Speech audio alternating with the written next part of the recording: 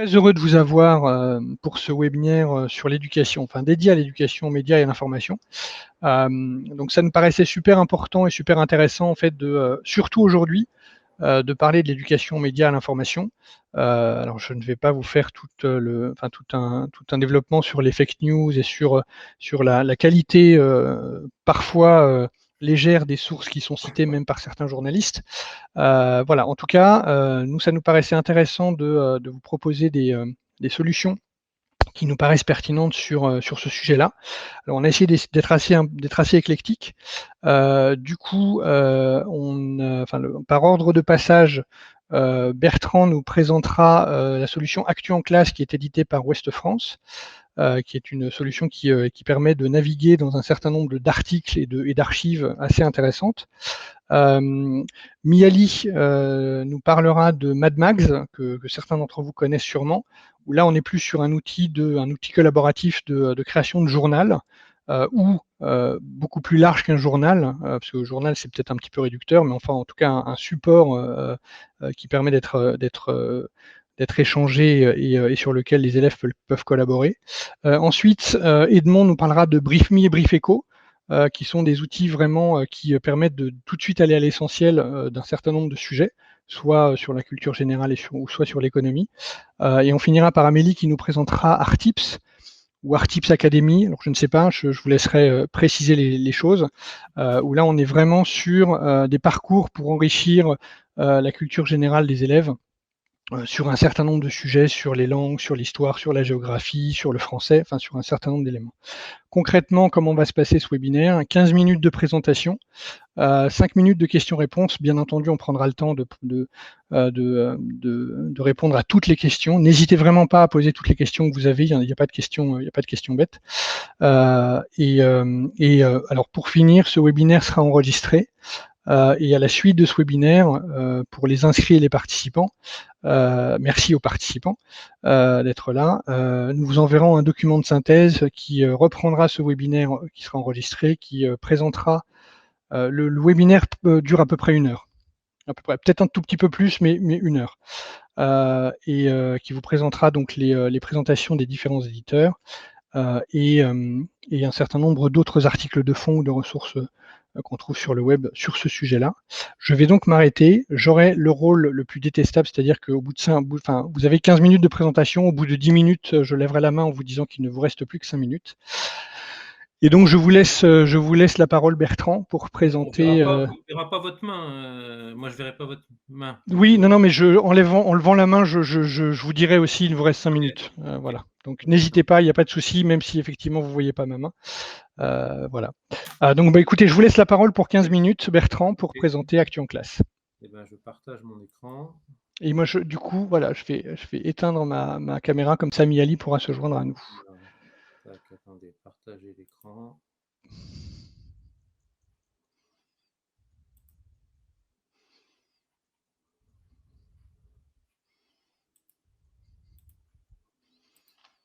Là, vous voyez l'écran de présentation? Oui, tout à fait. Ouais, on voit bien, Bertrand. D'accord. Ok, je vous laisse. Voilà, vous avez 15 minutes. Ok. Donc, l'Actu en classe est un site numérique créé par Ouest France, donc le journal de la presse quotidienne régionale. Donc, ce site créé en 2017, destiné aux établissements scolaires. C'est une ressource disponible pour les enseignants et les élèves, permettant d'enseigner et d'apprendre avec l'actualité. Sur la forme, l'accès se fait à partir de n'importe quelle connexion Internet, H24, à partir du Gard dès septembre, ou de codes composés d'un identifiant et d'un mot de passe.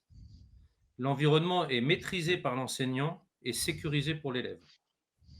Sur le fond, ce site comprend 3 parties que je vais vous détailler. L'actualité de la commune au monde, un dossier mensuel numérique sur un événement généralement en lien avec l'actualité, et les archives depuis 120 ans. Donc là, je partage, vous voyez l'écran d'accueil.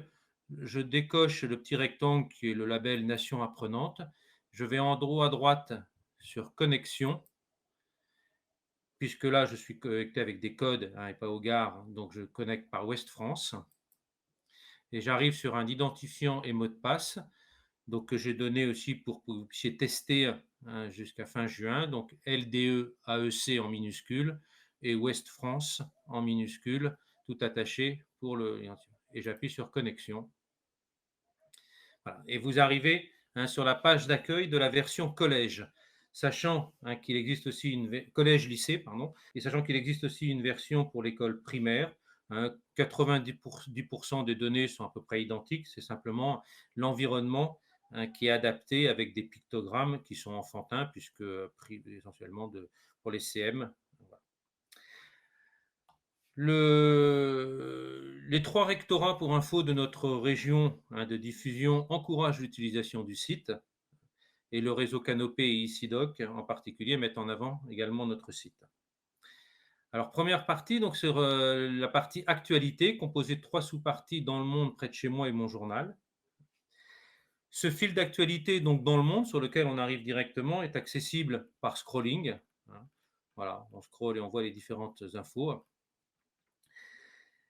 Elles sont mises à jour toutes les 30 minutes et seules les infos qui intéressent plus particulièrement les jeunes sont présentées. Éducation, sport, culture, environnement, société et grands événements de tout type. Alors, en cliquant sur la photo, voilà, par exemple, je vois celle-là, la télévision Top Chef, Mohamed se ressaisit en finale. Donc, tous les articles qu'on a vus précédemment sont présentés de la même façon: une photo, un texte, il peut y avoir une vidéo, et vous pouvez aussi écouter. Alors là, ça ne marchera pas. Vous n'allez pas entendre la voix exactement. Moi, je l'entends ici, et vous pourrez faire le test. Voilà. Donc, vous pouvez écouter l'article. Si Bertrand, on a bien entendu la voix. Ah, d'accord. Donc, ce qui est très apprécié, notamment dans tout ce qui est les classes Ulysse ou SECPA. Vous pouvez écouter tout l'article ou choisir le paragraphe que vous voulez. Présenté sous la même forme que l'actualité dans le monde, vous avez donc l'actualité près de chez moi. Donc, voilà, ça va attendre d'arriver que les images se chargent, un peu plus long. Donc là, c'est une actualité qui est centrée 30 km autour de l'établissement qui est abonné. C'est présenté sous la même forme. Et je crois que plutôt que de vous remontrer des articles, moi je retiens pour cette partie-là 2 verbatims. L'un d'un enseignant qui dit que ça m'a permis de savoir qu'un collège voisin de 15 km du mien avait réalisé un projet sur les déchets plastiques des océans, une thématique que j'ai voulu traiter, et j'ai pris contact avec le prof, un doc.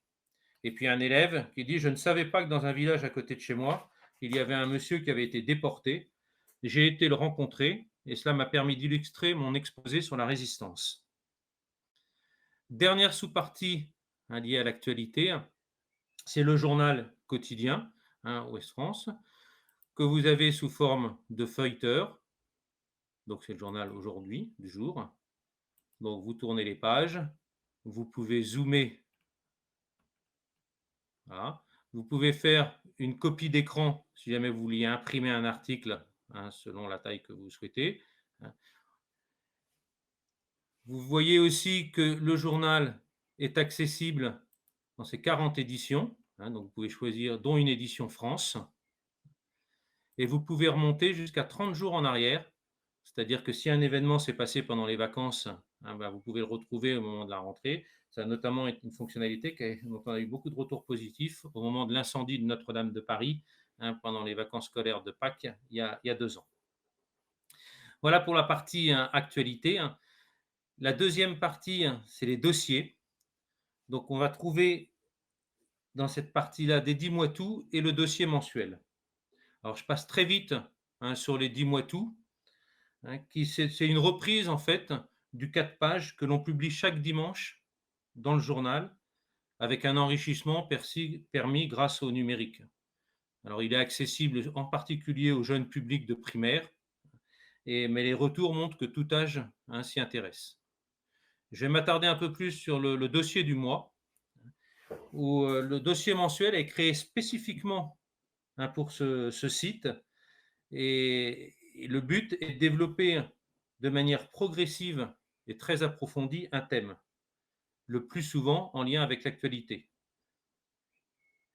À gauche, quand je clique sur l'image correspondant au dossier, à gauche, je trouve le menu du dossier. Tous les dossiers sont construits de la même façon. avec ce menu qui est toujours le même, et ensuite des rectangles à droite qui permettent d'accéder au contenu de l'article. À chaque fois, on part de l'actualité, donc j'enquête, il y a un événement actuel, et on va hein, vers les actualités, vers la culture générale, puisque pour quasiment tous les dossiers, il y a toujours enfin un extrait culturel qui est soit un extrait de roman, soit un extrait de pièce de théâtre ou de film ou de cinéma ou de chansons ou de poèmes, etc. Alors, plutôt aussi que de faire des grands discours, je vais vous illustrer trois, trois exemples rapides de dossiers. Donc, celui qui a été voilà, salué là, unanimement au mois de février sur la liberté d'expression suite aux événements dramatiques qu'a connu l'éducation nationale en novembre. Donc, beaucoup de professeurs nous avaient remonté qu'ils ne savaient pas comment parler à leur classe de ce sujet. Donc, la rédaction s'est emparée de la problématique et a construit tout ce dossier pour donner une boîte à outils pour pouvoir parler de ce sujet-là en fonction du profil, de la culture, de la sensibilité de sa classe. Donc les dossiers sont tous construits pareil. Donc quand vous tombez sur du texte avec un petit mot souligné, vous cliquez dessus et vous avez une petite définition du mot. Le menu, là, donc vous voyez le type. Donc, notre rédacteur en chef, celui qui fait, enfin notre humoriste qui fait tous les dessins chaque jour, donc qui explique, et, et différentes autres données qui sont présentées. Je vais vous montrer un autre dossier, puisque tous les dossiers sont archivés et vous pouvez les retrouver. Je vais vous montrer par exemple un autre dossier qui a eu beaucoup de succès, alors que en enseignement, on ne pensait pas forcément, mais des profs de géographie nous ont fait des remontées sur le Vendée Globe. Euh, Pourquoi ça a été intéressant? C'est que ça a permis, alors avec la vidéo qu'elle a, on pouvait voir le parcours et ça permettait de replacer les océans, les continents, etc. Et puis si je vais par exemple au cœur d'eux, ben, j'avais une vidéo en 3D qui permettait d'aller à l'intérieur du cockpit d'un bateau. Et puis Oui, donc nous rentrons à l'intérieur même du bateau, ce qu'on appelle zone de vie. C'est là où je vais m'alimenter, je vais pouvoir faire ma popote, c'est là où je vais pouvoir faire ma navigation. Donc, je m'arrête là. Troisième illustration de dossier que je voulais vous montrer, puisque c'est la période en ce moment, c'est les commémorations du débarquement. Vous voyez, c'est un dossier qui a été fait en mars 2019, mais qui est d'actualité chaque année. Donc, si je prends le D-Day, et je voulais vous montrer en particulier la vidéo, voilà. Donc, c'est de façon... Le D-Day, heure par heure. 0h15. 6 planeurs britanniques se posent à Bénouville, dans le Calvados. Les soldats s'emparent des 2 ponts qui franchissent l'Orne et le canal. Voilà. Donc, voilà. D'autre part, dans cette partie dossier, il y a un petit moteur de recherche qui vous permet, si vous, par un mot-clé, de savoir si ce sujet a été traité dans un des dossiers ou dans un des 10 mois tout. Enfin, dernière partie de notre site, c'est la partie archives. Le Ouest France est le seul quotidien d'information générale qui met en ligne tous ses articles parus depuis sa création en 1899. Vous avez encore 5 minutes, Bertrand. D'autres quotidiens à mettre après la Seconde Guerre mondiale. Mais Ouest France, c'est 120 ans d'archives pour permettre à des enseignants d'illustrer leurs cours, soit en éducation civile et morale, en histoire géo, en éducation aux médias, ou aux élèves pour illustrer leur exposé. Alors, 2 exemples. Dans ma une, par exemple, dans ma barre de recherche, je peux taper le Titanic. Si je fais le Titanic comme ça, je vais voir, je fais OK, je vais trouver un grand nombre d'articles. Il va falloir que je filtre. Donc, en appuyant sur ce fil, je peux discriminer selon que je vais chercher personnes, sociétés pour avoir moins d'articles. Mais encore mieux, si jamais je veux vraiment circonscrire, et moi, c'est ce qui m'intéresse, c'est trouver les dates, la une du drame, donc le 16 avril 1912. Là, je sélectionne, je circonscris mes dates dans la barre, donc 16 avril 1912. Je fais OK. Voilà. Et je retrouve Une, donc c'était l'Ouest éclair précédent de Ouest France. Donc dans l'éducation et médias, vous voyez à quoi ressemblait une il y a 100 ans. Et puis vous trouvez en bas l'article sur le Titanic. Le Titanic est coulé, il y avait 2600 personnes à bord, toutes sont sauvées. Donc je vous laisse imaginer ce qu'on peut faire en éducation et médias. Et si vous preniez les autres unes du 17-18 avril, l'information progresse et on a de plus en plus de renseignements. Je change et je pars armée allemande, ou vu le temps, oui, on a encore un peu de temps, armée allemande, si je tape le 1er août 01 08, par exemple, 1942, et je fais la même chose 04 08 1942, voilà. Là, je vais trouver à nouveau des unes du journal. Et là, le journal est pris, est aux mains des occupants. Donc, c'est à la gloire de l'armée allemande contre l'ennemi, anglais et français. Donc, vous voyez aussi au niveau histoire ce que l'on peut faire dans l'éducation aux médias. Pour conclure, je dirais que cette ressource, elle est utilisée par de nombreux établissements pour des usages très divers, soit quotidiennement, soit chaque semaine, ou comme un dictionnaire au profit de l'enseignant ou de l'élève. Toutes les infos et images de ce site peuvent servir à illustrer un exposé d'élèves, un journal scolaire, un compte-rendu de stage.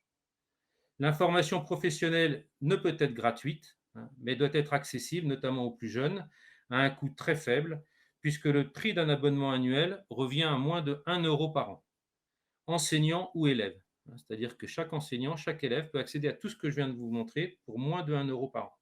Ceci vise à faciliter une lecture progressive et régulière des médias pour apprendre aux jeunes à discerner dans la masse d'informations et être demain un acteur éclairé de la démocratie. Merci de votre attention et à votre disposition pour les questions. Et j'arrête le partage. Donc merci Bertrand. Alors n'hésitez vraiment pas à poser vos questions. Alors moi j'en ai une pour commencer. Alors je crois que vous l'avez dit, mais je suis pas sûr de moi. C'est pour ça que je vous repose la question. Puisque vous parliez des ENT, des IDOC, etc. Est-ce que du coup votre ressource est accrochée au gare ou en passe de l'être? Elle est en passe de l'être. Aujourd'hui, on a les 3 ENT de notre région, donc de l'Ouest. Et à partir de septembre, on sera connecté aux gares pour l'ensemble des régions françaises. D'accord, très bien. Alors moi j'avais une autre question. Alors c'est peut-être n'hésitez pas, Daniel, Isabelle, Marie ou Sandrine, à poser vos questions dans le chat. Vous aviez parlé des infos sur Le Monde et des infos près de chez moi. Moi j'avais une question sur le filtre. Est-ce que vous filtrez les informations qui sont présentées dans Actu en classe, ou est-ce que c'est un filtre qui est à la main de l'enseignant? Ou est-ce que c'est vous?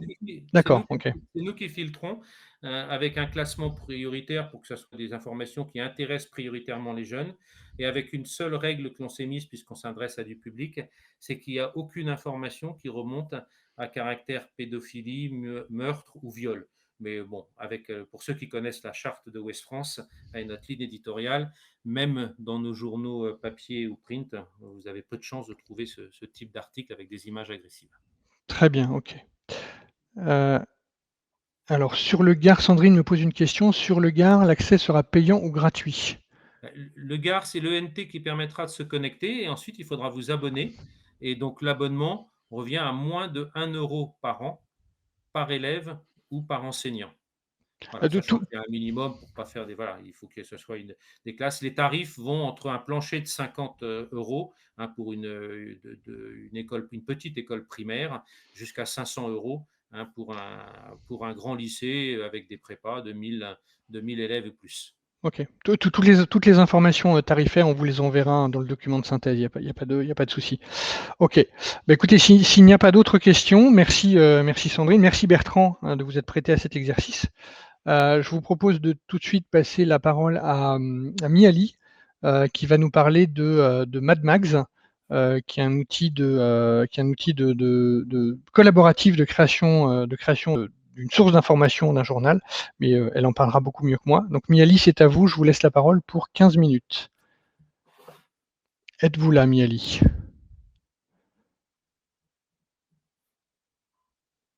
Ah, j'ai perdu Miali.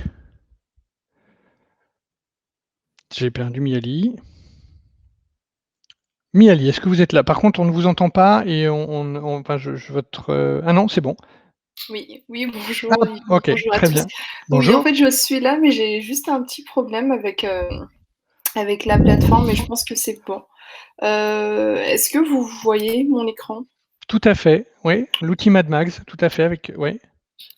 Ok, super. Super. Je vous laisse. Ok, je vous laisse parler. Je vous laisse. Allez-y. D'accord, merci. Ok, bonjour à tous les participants. Pour ceux qui ne connaissent pas l'outil MadMax, donc l'outil est une application qui est disponible dans le NT ou aussi dans le GAR. On est accroché.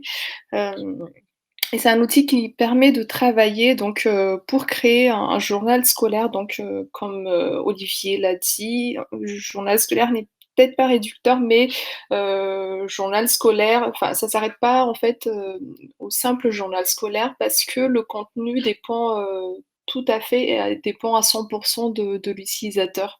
Donc, quel que soit le contenu, nous, ce qu'on propose, c'est un outil pour créer et publier donc un média scolaire. Donc multimédia, parce que le rendu final permet donc d'intégrer du texte, des images, mais également des bandes son, ou des vidéos. Je pense notamment, c'est ce qu'on voit, de manière assez régulière ces derniers temps. Ce sont des podcasts, des reportages, des interviews, donc tout à fait, compatible aussi avec Mad Max et de manière simple et collaborative. Simple parce que, on met à disposition donc plus de 20 maquettes, enfin plus de 20 maquettes dans l'application Mad Max et chaque maquette contient un large choix de pages, donc des pages de couverture, d'articles, d'éditos, de sommaires, avec des dispositions très différentes et variées aussi, donc propres vraiment à chaque page et chaque maquette, excusez-moi. Donc ça permet de vraiment se concentrer sur le contenu puisque le contenant, le support est déjà prêt à l'emploi. Hem, Ensuite, de manière collaborative parce qu'on peut tout à fait travailler tout seul, sur, la production d'un journal scolaire, mais on peut également travailler à plusieurs, donc via un système de lien de collaboration.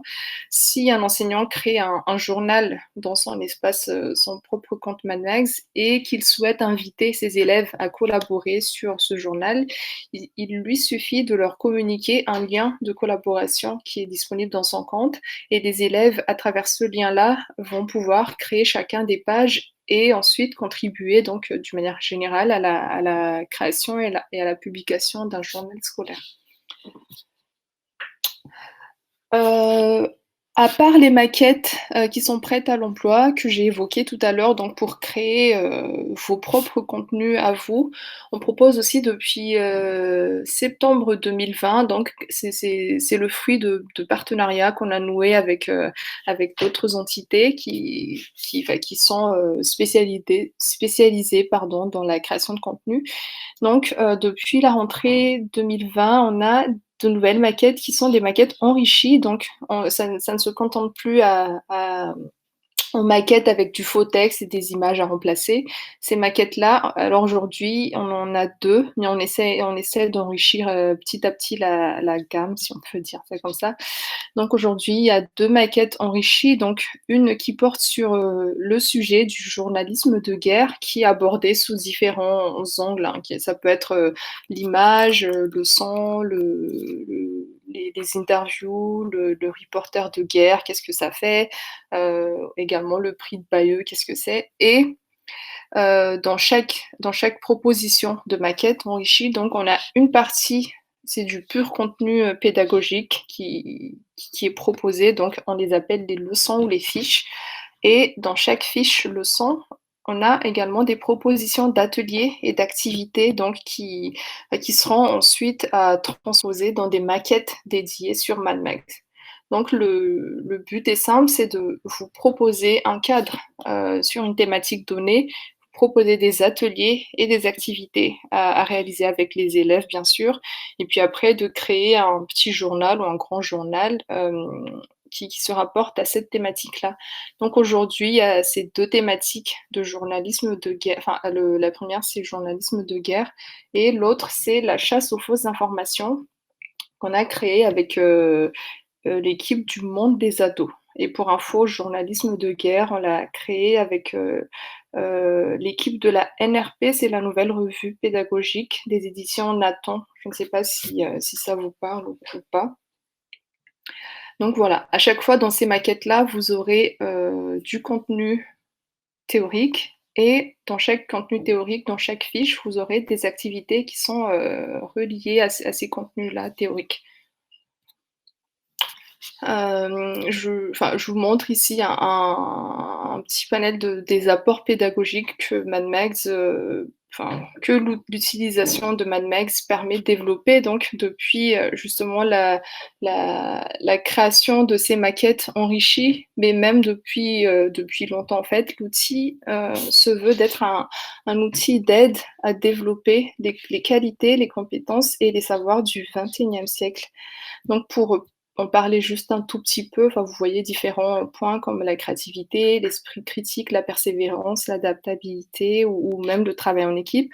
En fait, ce sont des compétences, ce ne sont pas des compétences dures comme les maths ou les sciences et généralement, on s'en rend pas compte. Mais en fait, quand on crée un journal scolaire et quand on crée un journal scolaire, on développe quelques-unes ou alors toutes ces qualités-là, c'est encore mieux. Mais on développe des qualités en entreprise appelées soft skills, mais qui est tout aussi important donc d'acquérir et de développer, que l'on soit en école primaire, au collège ou au lycée.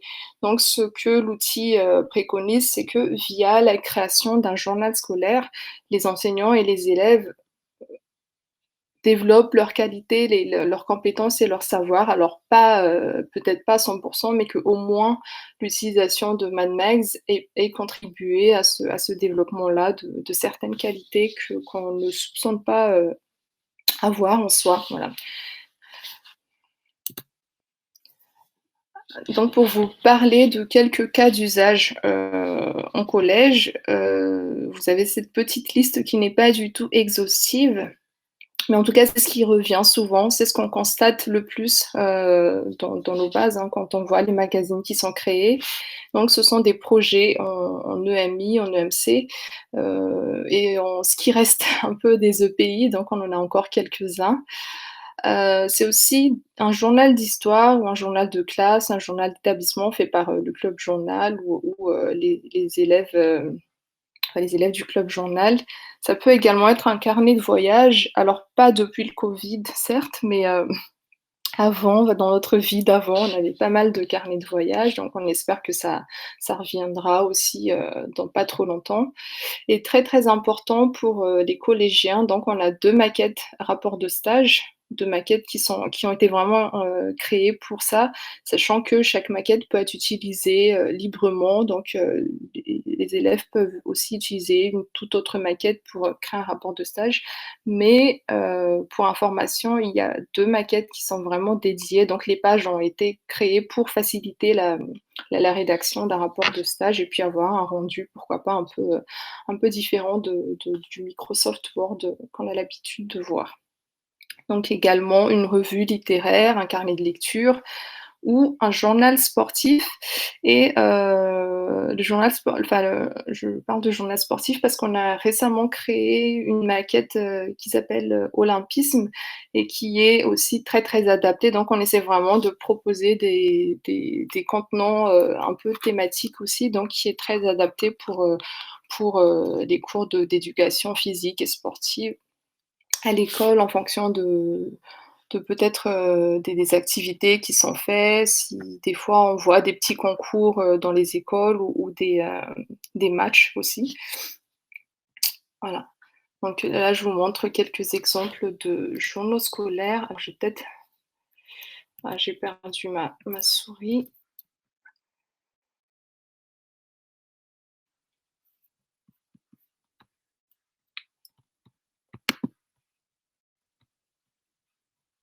C'est juste pour vous montrer un peu le rendu final de ce qui peut être fait sur Mad Max. Donc ça, c'est une gazette déconfinée que les élèves ont réalisée pendant le confinement, créée par des élèves de 5e, de classe de 5e, donc sommaire. Ils ont fait leur illustration et puis un petit billet d'humeur. Voilà, ça c'est le rendu final, on va dire, le format web d'un magazine qui est créé avec Mad Max. Voilà. Bon, il vous reste 5 minutes, Miali, mais en tout cas, vous avez donné des idées à certaines personnes. Sandrine, Oui. qui réagit en disant qu'elle a fait passer des oraux hier et que certains auraient bien eu besoin de ceci.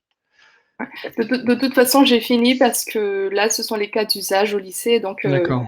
des fois, ça... justement, il y avait une question sur des exemples de Mad Max au lycée. Ok, donc ça va être de manière très classique, très récurrent, le journal du club journal ou de l'établissement, les rapports de stage aussi en filière professionnelle et des présentations de filière, des revues scientifiques et un petit cas qui est nouveau, c'est les reportages photo-vidéo qu'on a constaté depuis 1 an, 2 ans. Et ici, on a quelques exemples de journaux scolaires, donc un book photo et un journal d'actualité sur malheureusement l'affaire George Floyd qui a beaucoup fait parler. Et ça a été créé dans un lycée, alors je ne me rappelle plus quel lycée, mais en tout cas, ça a été créé par 2 enseignants avec des élèves de différentes classes. Voilà, donc qui a combiné un enseignant, un professeur d'anglais et je pense la professeure documentaliste, mais il ne faut pas que je dise des bêtises. Mais c'était aussi pour montrer que ça peut être un projet pluridisciplinaire ou multidisciplinaire. Voilà. Donc voilà, j'ai fini ma petite présentation. Merci beaucoup, Miali. Du coup, là encore, hein, n'hésitez pas à poser vos questions. Moi, j'ai une question sur la proposition gratuite versus la proposition payante. Du coup, je crois hein, que vous avez, on peut tester Mad Max Oui. gratuitement. Je crois qu'il y a 1 ou 2 maquettes et peut-être des fonctionnalités qui sont un peu moindres. Et du coup, pour répondre à la question que pose Daniel, peut-être donner des éléments aussi de niveau tarifaire pour un abonnement pour une classe ou pour un établissement scolaire. Alors pour la version gratuite, effectivement, c'est sur le site de Mad Max et tout le monde peut s'inscrire, créer un compte avec un email, un mot de passe et vous avez une maquette gratuite qui peut être utilisée autant de fois que vous voulez. Ce qui va faire la différence avec l'offre éducation, c'est qu'avec la maquette gratuite, on est restreint à la version web du magazine, donc on peut créer, publier le magazine au format web, mais il ne sera pas enrichi si on veut mettre des bandes son, des vidéos ou des liens dans le magazine. Ça ne sera pas possible parce que c'est une fonction premium. Et également, ça va être le non-accès aux autres maquettes. Donc, quelle que soit l'offre, la formule choisie, le fonctionnement de Mad Max reste le même. Hein, donc, maquette avec des zones de texte et des zones d'images à remplir. Mais il n'y aura pas d'accès gratuit ou libre aux autres maquettes quand on utilise la version gratuite. Il y a juste une seule maquette qu'on peut utiliser, par contre, autant qu'on veut. Et pour répondre aux questions de coût, tarif, alors nous, on n'a pas de formule classe ou abonnement individuel, c'est tout de suite pour tout un établissement. Donc c'est Mad Max, c'est un abonnement annuel, donc pour tous les enseignants, tous les élèves, et qu'on peut utiliser de manière illimitée, enfin en dehors de l'impression papier. Tout le monde a accès à toutes les maquettes, peut créer autant de magazines qu'il le veut, sans limite de nombre de magazines. Donc voilà, je ne peux pas vous dire combien ça coûte parce que, enfin, si je peux vous dire, en fait, ça dépend du nombre d'élèves dans l'établissement et aussi du type d'établissement. Donc si c'est un collège qui a 300 élèves, ça ne va pas être le même coût qu'un lycée qui a 900 élèves. Donc, Ça, voilà. voilà. Oui. Non, mais pour répondre à la question de Daniel et pour être beaucoup plus complet, parce que c'est effectivement ça, c'est très précis en termes de grille tarifaire. Ça fera partie des documents qu'on enverra à l'issue du webinaire. Comme ça, que ce soit Daniel ou Sandrine ou les autres, vous aurez tous les éléments tarifaires qui vous permettent de vous positionner ou de positionner votre établissement par rapport à la grille de Mad Max. Voilà. Tout à fait. Très bien. Écoutez, si vous n'avez pas d'autres questions, merci Miali également de vous être prêté à cet exercice. Donc Avec plaisir, merci. Je vous en prie. Je vais passer la parole du coup à Edmond Espanel, qui est le fondateur de BriefMe / BriefEco. Je vous laisserai Edmond dire quelle est la différence entre les deux. Où là, on est vraiment un outil qui se focalise vraiment sur l'essentiel, qui permet de faire perler l'information.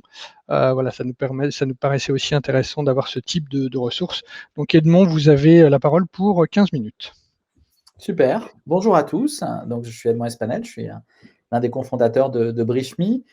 Pourquoi on a créé BriefMe en 2014? C'est parce qu'on a constaté que notre souhait, c'était de permettre au plus grand nombre de pouvoir mieux comprendre le monde dans lequel on vit. Et on a constaté qu'il était de plus en plus difficile d'être bien informé à l'ère du digital. Tout simplement parce qu'avec la multiplication des articles, des contenus disponibles, des flux sur les réseaux sociaux, on peut vite se sentir submergé, ou à l'inverse, l'information est passée dans une logique de temps réel où finalement l'information la plus récente peut chasser la plus importante. Et notamment pour les plus jeunes, parce que nous, on va commencer plutôt pour les lycéens, qui n'ont pas encore le réflexe de s'informer, c'est encore plus dur de savoir se repérer, d'être capable de faire le tri entre l'important, entre l'accessoire, entre ce qui circule sur les réseaux sociaux et des informations fiables et avérées. Alors, on a, nous, essayé de réinventer un quotidien au XXIe siècle que je vais vous présenter dans quelques instants, comme un journal papier. BriefMe, on va arrêter le temps, c'est-à-dire que notre proposition principale, c'est une édition quotidienne qui paraît à 18h30 et qui va faire le point sur ce qui s'est passé dans les 24 dernières heures dans le monde entier. Donc, il y a un début, une fin, une hiérarchisation. Donc, c'est à rebours des flux permanents qu'on peut trouver par ailleurs dans certains médias en ligne ou sur les réseaux sociaux. Et ça se lit en quelques minutes par jour et à partir de la rentrée, on pourra également l'écouter vu que nos éditions seront disponibles en version audio. On a fait un traitement très très fort au niveau de la qualité de l'écriture, du traitement, de la pédagogie. Ça veut dire quoi? Ça veut dire d'abord, on va essayer de traiter que les informations qui ont du sens, qui ont de la portée. De ce fait, on va enlever les informations sportives ou people qui n'ont pas une résonance forte ou une portée ou un impact social. On va éviter les effets d'annonce. Par exemple, sur des textes mineurs, on ne dira pas à l'Assemblée nationale à adopter tel dispositif si c'est une première lecture et donc ce n'est pas une adoption définitive, il peut encore se passer plein de choses. Donc là, dans ces cas-là, on amène une information mais qui finalement est pas assez solidifiée, donc on va éviter ces effets d'annonce et puis on va faire un travail de ce fait-là avec une rédaction de journalistes qui est basée à Paris de sélection, de hiérarchisation, de vérification de l'information. On remonte systématiquement à la source pour valider l'information qui est publiée. On a une écriture qui est fluide, avec un style direct, sujet, verbe, complément. On sait qui a fait l'action. On essaie aussi d'avoir une grande précision sur cette écriture-là. On ne lira pas dans BriefMe Washington a pris des mesures contre tel ou tel pays. On lira le secrétaire d'État américain, virgule, l'équivalent du ministre des Affaires étrangères a déclaré tel jour, dans tel contexte, que, etc. Donc, on va vraiment avoir à la fois cet effort de précision dans l'information et puis de définition des termes pour toujours dire qu'est-ce que c'est une banque centrale, le FMI ou telle ou telle fonction pour que celui qui lit, l'élève qui lit, puisse toujours avoir des clés de compréhension et de repérage sur ce qu'on va lui proposer. Je vais vous montrer à quoi ça ressemble. Donc, si vous voyez bien mon écran, je vais vous montrer donc l'édition d'hier.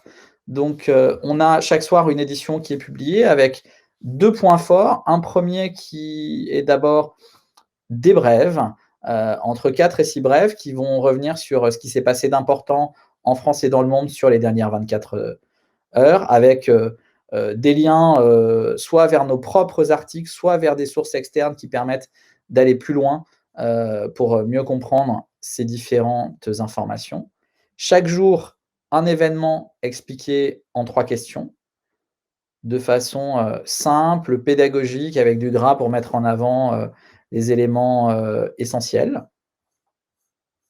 Et puis ensuite, on va avoir certains jours, on a 3 sujets à la fin qui peuvent être un avis qui permet qui est issu de la presse française ou internationale pour mieux prendre du recul sur certains événements dans l'actualité.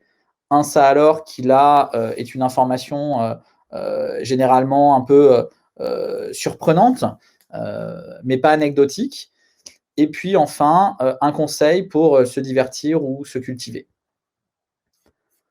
On va retrouver la capacité donc de naviguer entre chacune des éditions pour retrouver ce qui s'est passé un jour donné. Donc on va toujours avoir systématiquement cette structure avec un sujet principal, un tout s'explique qui explique l'actualité en 3 questions, et puis ensuite, vous allez avoir, par exemple, le mercredi, on a des infographies, en ce moment, des infographies régulières sur les élections régionales.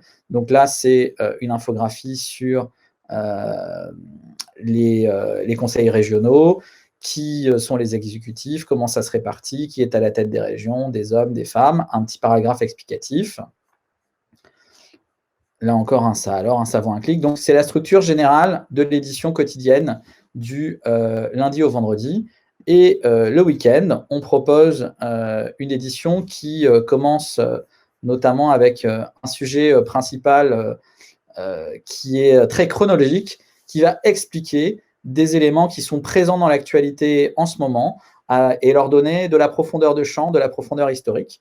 Donc là, on revient par exemple sur le statut des Jérusalem, qui est au cœur du conflit israélo-palestinien. On explique l'origine du sujet et on va découper, par exemple, là en 4 dates clés, les évolutions pour donner de la perspective sur ce qui est en train de se passer actuellement sur ces territoires.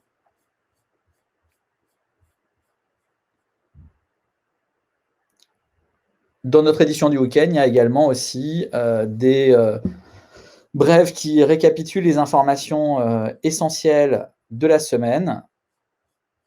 Et puis, chaque semaine, un mot qui est expliqué de façon à avoir un glossaire sur l'actualité. Et on peut remonter dans ce glossaire-là où, par exemple, on va trouver ce qui est la définition du défenseur des droits, du gaz à effet de serre, des talibans, ce qui est un amendement, ce qui est le Conseil français du culte musulman ou l'Agence européenne des médicaments.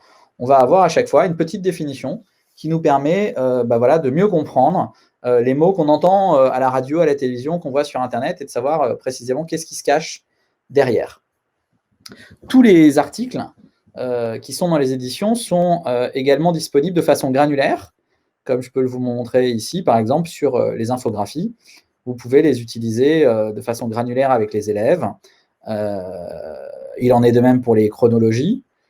Là, on a une chronologie récente sur la géopolitique de l'article que vous pouvez utiliser, pareil, de façon complètement granulaire et individualisée. Donc, chacune a sa propre URL.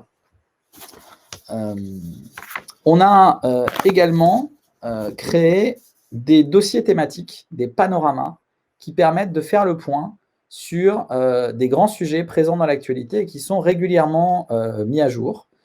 Donc, vous en avez un, par exemple, on peut faire le tour sur celui sur la laïcité. On va avoir une présentation des enjeux de la loi de 1905, de la laïcité, un vrai du faux sur un certain nombre d'assertions, une citation, une chronologie, toujours, c'est très important pour nous de vraiment redonner du contexte. Donc, c'est très utile à la fois pour l'éducation aux médias, l'éducation, l'histoire ou l'éducation civique. Un découpage avec des chiffres, des définitions, là encore, pour mieux comprendre ce qui est dans l'actualité. Ou encore, d'autres, toujours sur ce même format, la Russie de Vladimir Poutine.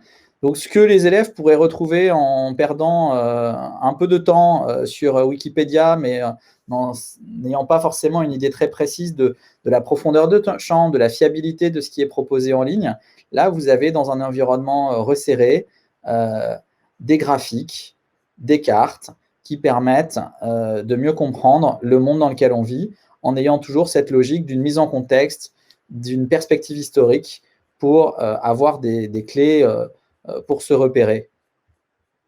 Edmond, il vous reste 5 minutes. C'est parfait.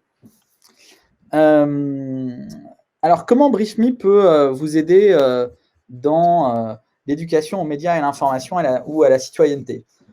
D'abord, notre première approche, c'est de proposer des informations fiables qui permettent de suivre l'actualité au quotidien et d'amener progressivement les élèves, les lycéens à rentrer dans l'actualité, à construire une habitude d'information sans se perdre dans l'infinité d'Internet aujourd'hui, avec cette logique d'avoir une écriture simple, précise, sourcée, qui permet d'être sûr qu'on n'a pas de doute et puis on n'est pas perturbé par, on va dire, des choses qui visent à faire du clic, mais qui n'ont pas forcément une portée, une utilité dans la durée. On développe également en ce moment des contenus qui vont être plus particulièrement dédiés à l'éducation aux médias et à l'information, sous le format des panoramas. Je vous ai montré un petit peu l'exemple sur la laïcité. On va en sortir qui vont être dédiés à la liberté d'expression et les réseaux sociaux, la distinction entre les faits et les opinions, comment se fabrique l'information ou les fausses informations, qui peuvent être un point d'appui pour que les enseignants puissent préparer leurs cours et également pour susciter des lectures auprès des élèves.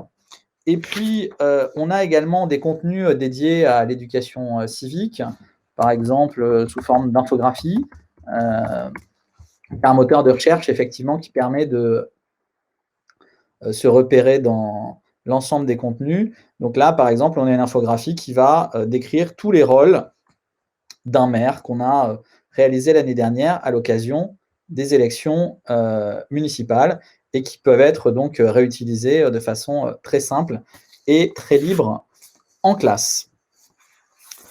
Enfin, quelques témoignages peut-être sur comment les enseignants utilisent BriefMe. On en a qui nous disent qu'ils les utilisent pour permettre à leurs élèves de mieux préparer le grand oral, de les inviter à faire des revues de presse, ou ils les utilisent comme point de départ pour approfondir un point ou un débat d'actualité en cours. On a aussi pas mal d'usages qui proviennent d'enseignants en classe préparatoire ou en BTS, parce que ça peut être très utile pour préparer des concours ou des oraux. Sur le même modèle, on a créé il y a maintenant un peu plus de 3 ans BriefEco, qui est un hebdomadaire qui là va expliquer l'économie à partir de l'actualité et qui est une offre très complémentaire à celle de BriefMe et que je pourrais vous détailler un peu plus en détail si ça vous intéresse au moment des questions. En termes d'accès, BriefMe et BriefEco sont disponibles via le GAR, via EasyDoc, via tous les ENT régionaux en France.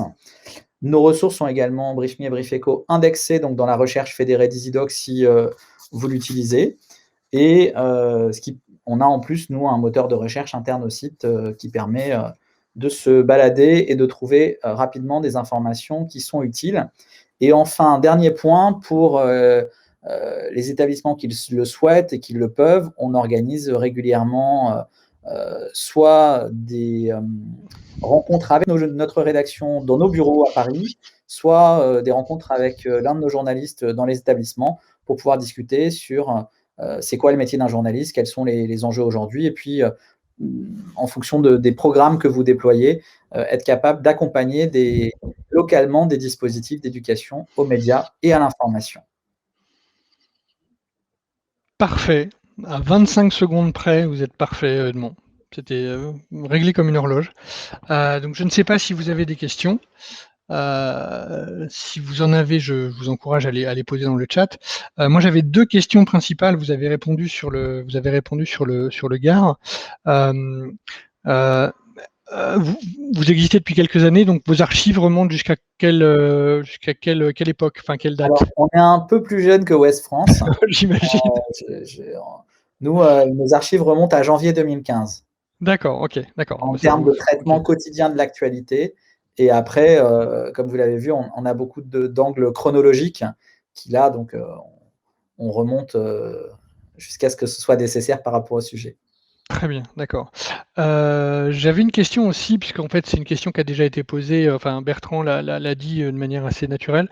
Est-ce que du coup est-ce que vous avez des codes de test ou est-ce qu'on peut utiliser BriefMe et BriefEcho de manière un peu, alors je supporte, enfin j'aime pas ce mot-là, mais c'est dégradé, enfin, avec des fonctionnalités peut-être un petit peu moindres, ou est-ce qu'il faut des tests spécifiques, des codes spécifiques, pardon. Alors, il est possible de faire un essai gratuit très simple de BriefMe en le commandant directement en ligne sur notre site briefme/CDI. Et là, on ouvre un essai gratuit pour 30 jours. Et sur BriefEcho, il faut nous contacter parce qu'on n'a pas encore cette fonctionnalité de façon automatique. En revanche, de toute façon, il suffit de nous demander et puis on ouvre un accès. Alors nous, on n'aime pas le mode dégradé. Ce qu'on aime, c'est montrer la richesse du contenu pendant quelques semaines pour pouvoir impliquer les enseignants concernés, parce que souvent, ce sont les professeurs documentalistes qui sont à l'initiative, pour qu'ils puissent vraiment se saisir de la ressource. Oui, j'avais bien conscience que le mot dégradé n'était pas du tout ce que je voulais exprimer, mais bon, voilà, c'est ce qui est sorti à date. Bah, écoutez, merci beaucoup. Je ne sais pas si Sandrine, Marie, Isabelle ou Daniel ont des questions. Alors, on pourra prendre quelques minutes. Ah, bah voilà, je vois que Sandrine est en train d'écrire quelque chose. Bah, écoutez, Entre-temps, sur le coût, moi, je peux y répondre. Nous, on a un ouais, modèle de tarification assez simple. Donc, l'abonnement pour un établissement à BriefMe, c'est 290 € par an, quel que soit le nombre d'élèves, quel que soit le nombre d'accès simultanés. Donc, entre guillemets, c'est forfaitaire. Et ça inclut des accès individuels pour les enseignants qui vont donc pouvoir aussi avoir chez eux ou sur leur mobile, sur leur tablette, un compte dédié. Et BriefEcho, c'est 120 € par an pour un établissement, quel que soit le nombre d'élèves. très bien. Très bien. Ok, bah écoutez, ces infos, bien entendu, figureront dans le document de synthèse. Merci beaucoup, Edmond, d'avoir présenté de manière limpide BriefMe et BriefEcho. On va donc finir ce webinaire en écoutant Amélie, qui va nous parler de Artips, enfin de Artips Academy, enfin de toute la proposition de Artips. Je n'en dis pas plus. Amélie, vous avez la parole pour 10 minutes, pour 15 minutes, pardon. Ouais. Alors attendez, il faut juste que je vois comment Pardon, je partage mon écran. Je pense que c'est comme ça. Ouais, tout à fait. Oui, je vous confirme qu'on voit votre écran, tout à fait. Là, vous voyez ma présentation? Oui, tout à fait. Ok, super. Oui, donc certains doivent nous connaître ici pour être, comme BriefMe d'ailleurs, un média à l'origine qui a commencé à diffuser la culture en petites doses sur l'art, la musique, la science ou l'économie. Du coup, on en a fait aussi des dérivés d'apprentissage pour les écoles. Donc, je vais vous présenter ça aujourd'hui avec, en effet, le cas d'usage de l'éducation aux médias, puisqu'il y a pas mal de thèmes différents dans Artips. Donc, pour certains d'entre vous, vous êtes peut-être abonnés à l'une de nos newsletters, donc Artips, Music Tips, Science Tips ou Economy Tips, qui a déjà été beaucoup utilisée par les enseignants et les classes pour avoir beaucoup de messages de votre part, de partage avec les élèves, mais aussi de partage dans la famille, des plus jeunes générations avec les plus anciennes. Donc, c'est vraiment un outil de partage sur lequel on a développé notre pédagogie qui s'appuie sur les piliers de nos newsletters, c'est-à-dire la narration, le format court, et puis le multimédia, le fait d'utiliser le web et ses richesses vraiment de la meilleure façon et de la façon la plus complète pour pouvoir créer des parcours d'apprentissage extrêmement riches.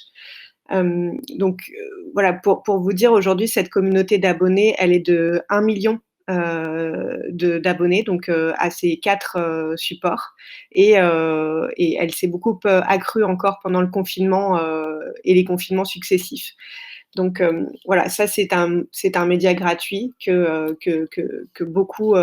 beaucoup se servent pour se cultiver un peu chaque jour sur des thèmes qui peuvent être variés. Et donc aujourd'hui, finalement, on a construit une plateforme de micro-learning ou d'apprentissage par petite dose aussi pour les élèves ou pour d'autres publics. Il y a des collaborateurs en entreprise, des agents de la fonction publique et aussi des associations, voilà, et le grand public. Mais on est maintenant diffusé dans les classes de lycée particulièrement.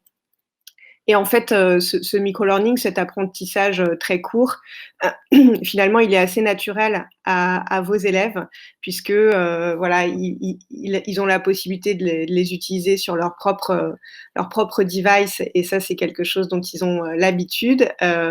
C'est une temporalité un peu différente, et on peut la consulter un peu partout, et elle est suffisamment courte et resserrée pour pouvoir être dans la poche de l'élève aussi. Et puis, ça permet une pédagogie inversée où finalement, on va faire réagir les élèves sur quelque chose qu'ils ont déjà découvert. J'en profite pour remercier Stéphane Jacquet, qui est un enseignant et qui avait mûri toute cette présentation au cours de plusieurs webinaires précédents. Et donc, j'ai réutilisé certains de ces idiomes. Donc, je me suis permise de les emprunter aujourd'hui parce qu'il en parle très bien et que les enseignants en parlent beaucoup mieux que nous-mêmes. Donc, pour rappeler à peu près les quelques principes de ce micro-learning qu'on propose dans les classes, ça permet un apprentissage bref, en quelques minutes, par petites bouchées. Les capsules d'apprentissage quotidiennes, elles ne font pas plus de 5 à 8 minutes. Donc, pour les élèves, c'est très court et ça permet d'interagir après ou bien avant, en fonction de comment le professeur s'en saisit. Et ça permet aussi à l'enseignant de le découvrir avant aussi. Ça permet aussi de se concentrer sur l'essentiel et finalement de créer chaque unité d'apprentissage de façon courte et très agile et facile à prendre en main. Et puis, elle permet, comme je l'ai dit avant, d'avoir plusieurs supports multimédia, des images, des vidéos, mais aussi des extraits audio, des dessins de nos illustratrices internes, des infographies, des schémas et même des objets cliquables que l'élève peut découvrir lui-même en autonomie. Et aussi, je voulais rappeler que finalement, ce micro-learning, vu qu'il envoie des rappels assez fréquents à chaque utilisateur, il revient le chercher avec un nouveau contenu, mais il se rappelle à son bon souvenir et il a des fonctions d'aide-mémoire, donc ils peuvent les reconsulter autant de fois qu'ils veulent, les notions qu'ils ont sauvegardées dans leur aide-mémoire. Du coup, il lutte contre la courbe de l'oubli, puisque finalement, c'est en répétant plusieurs fois une information qu'on atteint l'ancrage mémoriel.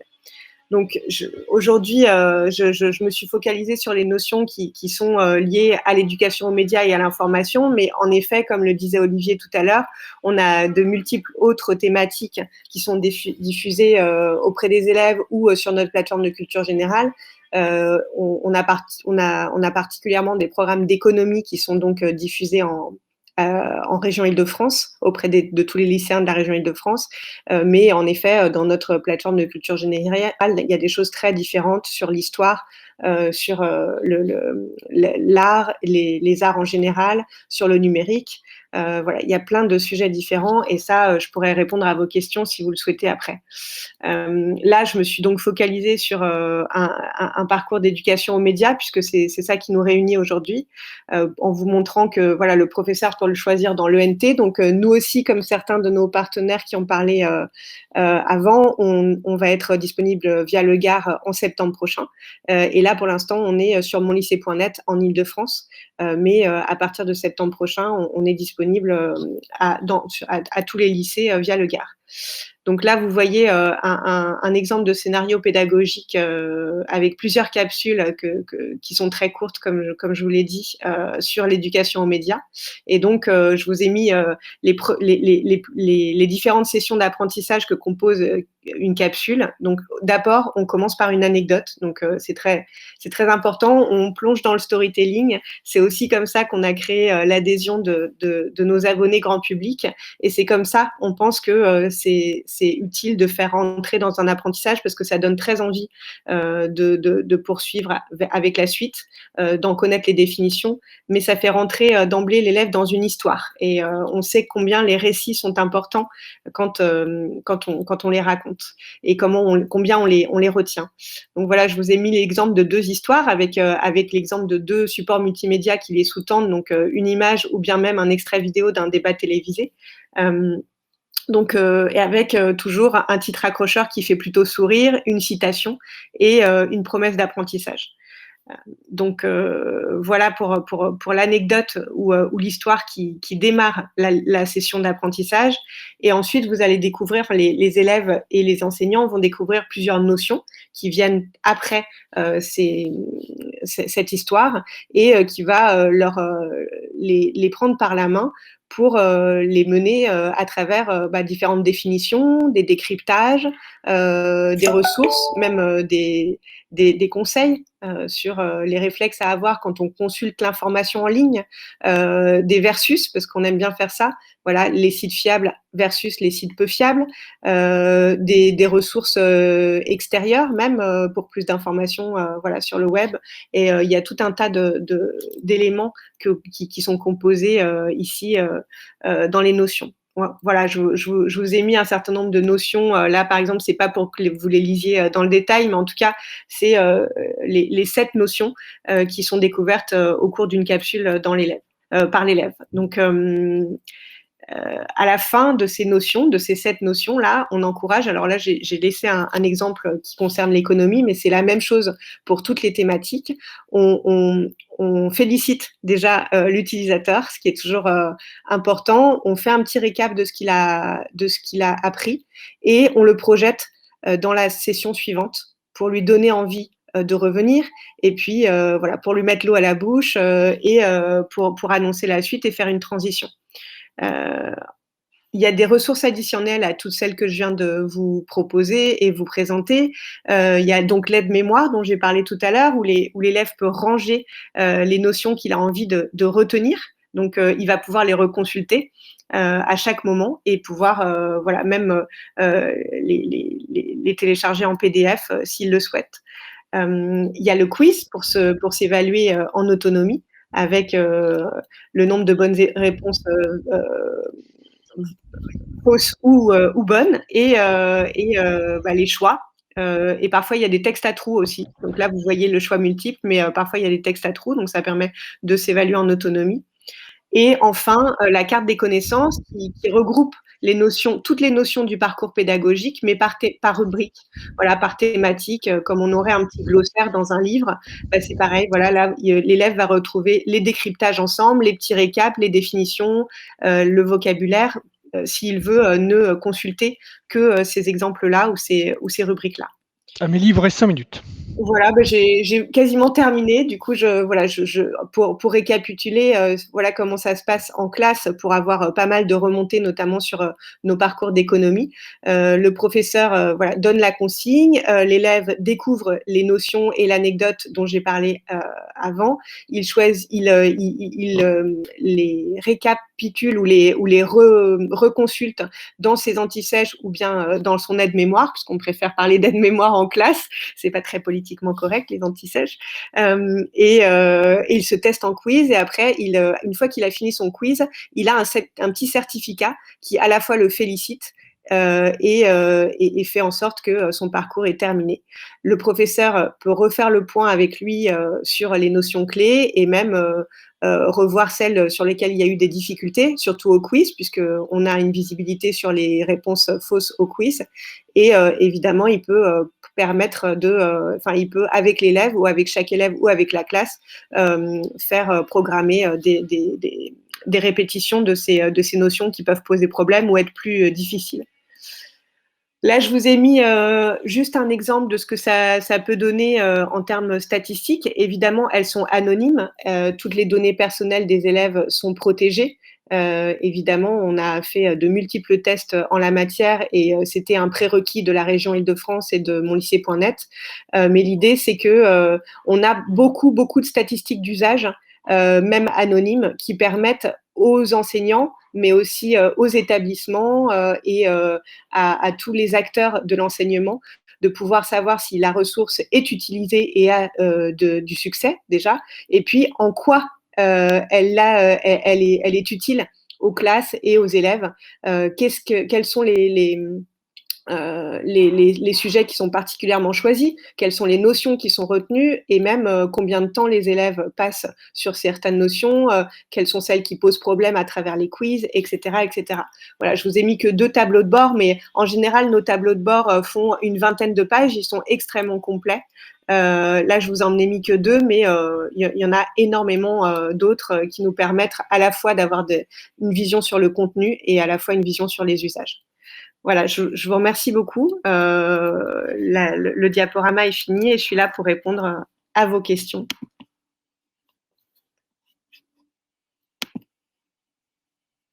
Est-ce que vous m'entendez encore, Olivier? Oui, non, mais j'étais en train de vous poser une question, mais mon micro était fermé. Ça m'arrive au moins une fois par webinaire, donc comme ça. Écoutez, merci Amélie. Merci à l'Émilie et à tous les autres. Moi, j'ai une question comme les autres. Est-ce que du coup, les enseignants qui nous écoutent, enfin, ou les professeurs documentalistes ou autres, ont la capacité de tester Artips ou Music Tips ou tous les autres tips? Alors, déjà, les tips, les newsletters, ils peuvent les tester gracieusement et gratuitement puisqu'elles sont gratuites depuis 2013. Donc ça, ça a toujours été le cas. Et ça, c'est juste des newsletters qui arrivent dans votre boîte mail. Pour cette plateforme d'apprentissage, évidemment, il est possible de les tester gracieusement. Et nous, on ouvre des accès tests à tous les enseignants qui peuvent nous les demander. Alors, soit il y a des formulaires en ligne sur nos sites qui sont Artips Factory ou Artips Academy. Vous pouvez vous y connecter sans problème. Soit, évidemment, m'envoyer un mail amélie@artips.fr et on ouvre un accès gracieux à ces plateformes. Et ensuite, en effet, c'est comme mes partenaires qui ont parlé tout à l'heure, c'est accessible, comme je l'ai dit, via le GAR. Et puis, on a des tarifs à l'année ou jusqu'à 3 ans. Et puis, par type d'établissement et par nombre d'élèves par établissement. Voilà. Très bien, ok, merci beaucoup. Alors, écoutez, s'il n'y a pas d'autres questions, je vous propose parce qu'on est sur 1h12, oui, tout à fait, donc de conclure ce webinaire. Je renouvelle mes remerciements à Bertrand, à Edmond, à Miali et à vous, Amélie, parce que l'exercice n'est pas évident, même si on commence à avoir l'habitude avec le confinement. Néanmoins, merci encore. Merci à Daniel, Isabelle, Marie et Sandrine de nous avoir suivis et des questions que vous avez posées.